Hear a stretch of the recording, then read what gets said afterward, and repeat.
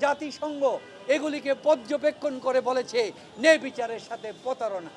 তো সুতরাং আজকে কোর্ট এই সমস্ত জিনিস শুনানি করে বিবেচনা করে আজকে এই আপিলটিকে চূড়ান্তভাবে গৃহীত করেছে, মঞ্জুর করেছেন এবং চার্জের থেকে আসামিদেরকে খালাস দিয়েছেন এবং অব্যাহতি দিয়ে মুনাফার 5% লভ্যাংশ দেওয়া হয় নাই।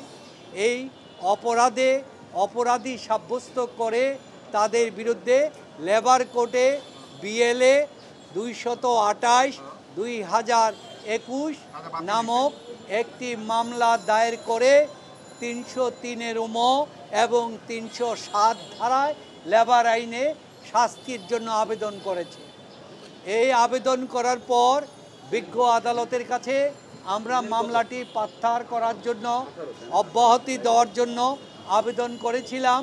ওইটাকে বাতিল করে লেবার কোর্ট তাদের বিরুদ্ধে অভিযোগ গঠন করার পর সাক্ষীদেরকে শুনানি করে তারা এই মামলায় তখন অভিযোগ গঠন করার পরে 4 জন সাক্ষী দিয়েছে। এই মামলায় আমরা যে জিনিসটা তুলে ধরেছি যে মামলাটা করা হয়েছে 9/9/2007 21 ইংরেজি তারিখে, কিন্তু এই তারিখে মামলা করার 5 দিন পর আমরা পরবর্তীতে 2 বছর পরে এসে জানতে পারলাম বাদী মারা গেছে। কিন্তু বাদী ওই মামলা দায়ের করার পর তিনি বা তার পক্ষে কাউকে নিযুক্ত করে বাদী করা হয় নাই এবং কাউকেই সেখানে করা হয় নাই, পক্ষভুক্ত করা হয় নাই।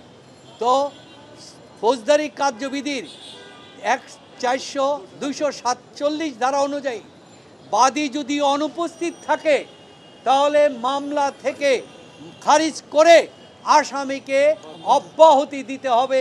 এইটা হচ্ছে আইনের সুস্পষ্ট বিধান। কিন্তু তাকে না দিয়ে 2 বছর পর্যন্ত প্রফেসর ডক্টর মোহাম্মদ ইউনূস এবং তাদেরকে ড্রেগিং করে এই মামলায় তাদেরকে এগিয়ে আনে তাদেরকে করা হলো। তারপরে আমরা এইটার বিরুদ্ধে তারপরে রায় দেওয়ার পরে তেনারা আমাদের বিরুদ্ধে অভিযোগ করে রায় দিলেন 6 মাসের কারাদণ্ড, নিম্ন আদালত 6 মাসের কারাদণ্ড, 5,000 টাকা জরিমানা এবং 307 ধারায় 25,000 টাকা জরিমানা করলেন। অথচ শ্রম আদালত 303 ধারায় যেই আমাদের আসামিদেরকে দণ্ড দিলেন 6 মাসে, এই অপরাধটা হচ্ছে কোনো নথিপত্র যদি রক্ষণ না করে, তলব করলে যদি প্রেরিত না করে, গাফলতি করে তাহলে তার শাস্তি। কিন্তু এই ধরনের কোনো অভিযোগ আমাদের বিরুদ্ধে আনা হয় নাই।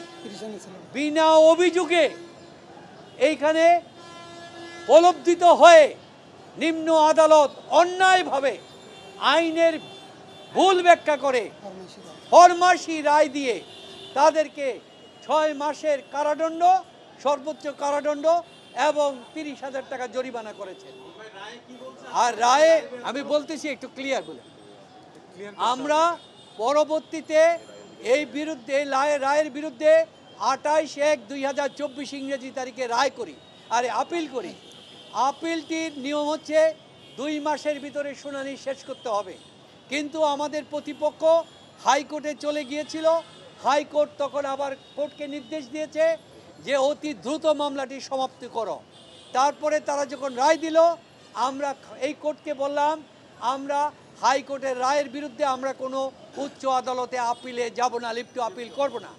কিন্তু শ্রম আইন অনুযায়ী 60 দিনের ভিতরে মামলা নিষ্পত্তি করার কথা এবং হাইকোর্টের আদেশ অনুযায়ী অতি দ্রুত মামলা নিষ্পত্তি করার কথা।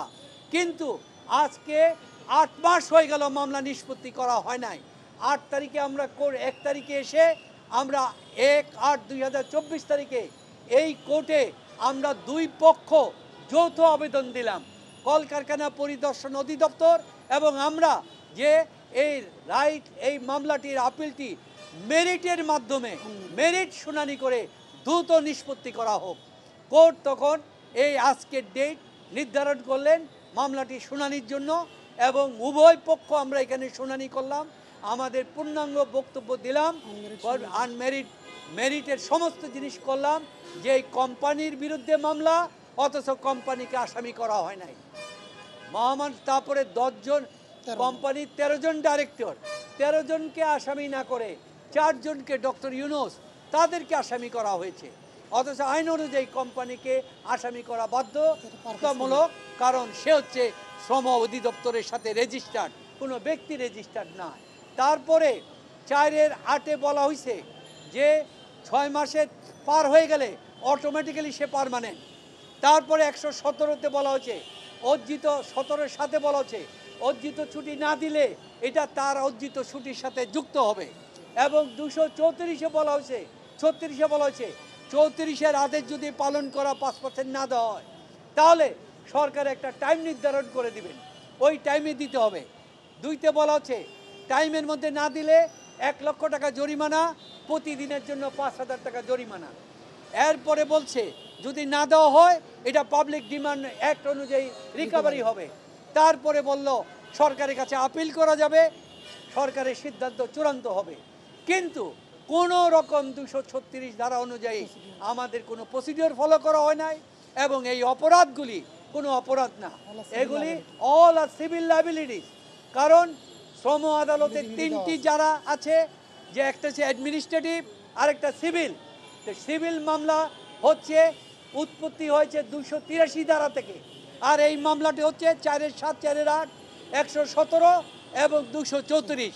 এগুলি ক্রিমিনাল অপরাধের মধ্যে চ্যাপ্টারে পড়ে না, অথচ এগুলিকে ক্রিমিনাল অপরাধ হিসাবে বর্ণনা করেছে, যেই জন্য জাতিসংঘ এগুলিকে পর্যবেক্ষণ করে বলেছে ন্যায়বিচারের সাথে প্রতারণা। তো সুতরাং আজকে কোর্ট এই সমস্ত জিনিস শুনানি করে বিবেচনা করে আজকে এই আপিলটিকে চূড়ান্তভাবে গৃহীত করেছে, মঞ্জুর করেছেন, এবং চার্জের থেকে আসামিদেরকে খালাস দিয়েছেন এবং অব্যাহতি দিয়ে আসামি যে 4 জন, ডক্টর মোহাম্মদ ইউনূস, তারপরে হচ্ছে আশরাফুল হাসান, নূরজাহান বেগম এবং মোহাম্মদ শাহজাহান, তারা হচ্ছে চেয়ারম্যান এবং ডাইরেক্টর গ্রামীণ টেলিকম। অর্থদণ্ড সহ যা আছে এই মামলা সমস্ত জিনিস এই মামলায় বাতিল ঘোষণা করা। আমরা অবশ্যই রায় সন্তুষ্ট, কারণ যেখানে আইনের শাসন প্রতিষ্ঠিত হয়েছে আর যেখানে জাতিসংঘ বলেছে ন্যায় বিচারের সাথে প্রতারণা, এই জিনিসটার আজকে সমাধান করে বাংলাদেশের জুডিশিয়ারির মান, ইজ্জত, সম্মান আজকে বিশ্বের সামনে ধরে তোলা হলো, তাই আমরা সন্তুষ্ট। ওনাকে বিগত সরকার হয়রানি করেছেন কেন, এই বিষয়গুলি আমরা বিদেশি সাংবাদিক পত্ররার কাছ থেকে 3টা জিনিস জানতে পেরেছি। একটা জিনিস বলছে যে আমাদের পূর্বতন প্রাইম মিনিস্টার, ওনার ধারণা আকাঙ্ক্ষা ছিল যে উনি নোবেল পুরস্কার পাবেন, উনি নোবেল পুরস্কার পান নাই, ডক্টর ইউনূস কেন পেয়েছেন, এই জন্য তার একটা জিজ্ঞাসা। আর দ্বিতীয়টি হচ্ছে ওনার প্রশ্ন ছিল ওনার বাবা বঙ্গবন্ধু শেখ মুজিবুর রহমানের চাইতে ডক্টর ইউনূসের নাম সারা পৃথিবীতে পরিচিতি এত ব্যাপক হবে কিনা। কিন্তু এখানে তাকে যারা এই কথাটি বলেছে, তার উপদেষ্টারা, তারা ভুল বলেছে। কারণ আপনারা জানেন বাংলাদেশের স্বাধীনতা যুদ্ধ হয়েছে 71 সালে, আজকে 54 বছর। ওই বয়সে বিদেশের একজন সিটিজেন নাগরিক, তার বয়স ছিল 6 বছর। সেই 6 বয়সের ব্যক্তি যার আজকের বয়স হচ্ছে 60 বছর, তিনি তো বঙ্গবন্ধু বাংলাদেশের স্বাধীনতা সম্পর্কে জানেন না। তাই তার কাছে তো বঙ্গবন্ধু পরিচিত হবার কথা নয়, কারণ সে তো নাবালক ছিল, আজকে সে সিটিজেন হয়েছে। সুতরাং আজকে একটি কথা আছে, সে নিজে বাঁচলে বাপের নাম। ডক্টর ইউনূস আজকে সারা পৃথিবীতে আজ পর্যন্ত এত উন্নত দেশের কোনো ব্যক্তি সারা পৃথিবীতে গ্রহণযোগ্য হয় নাই।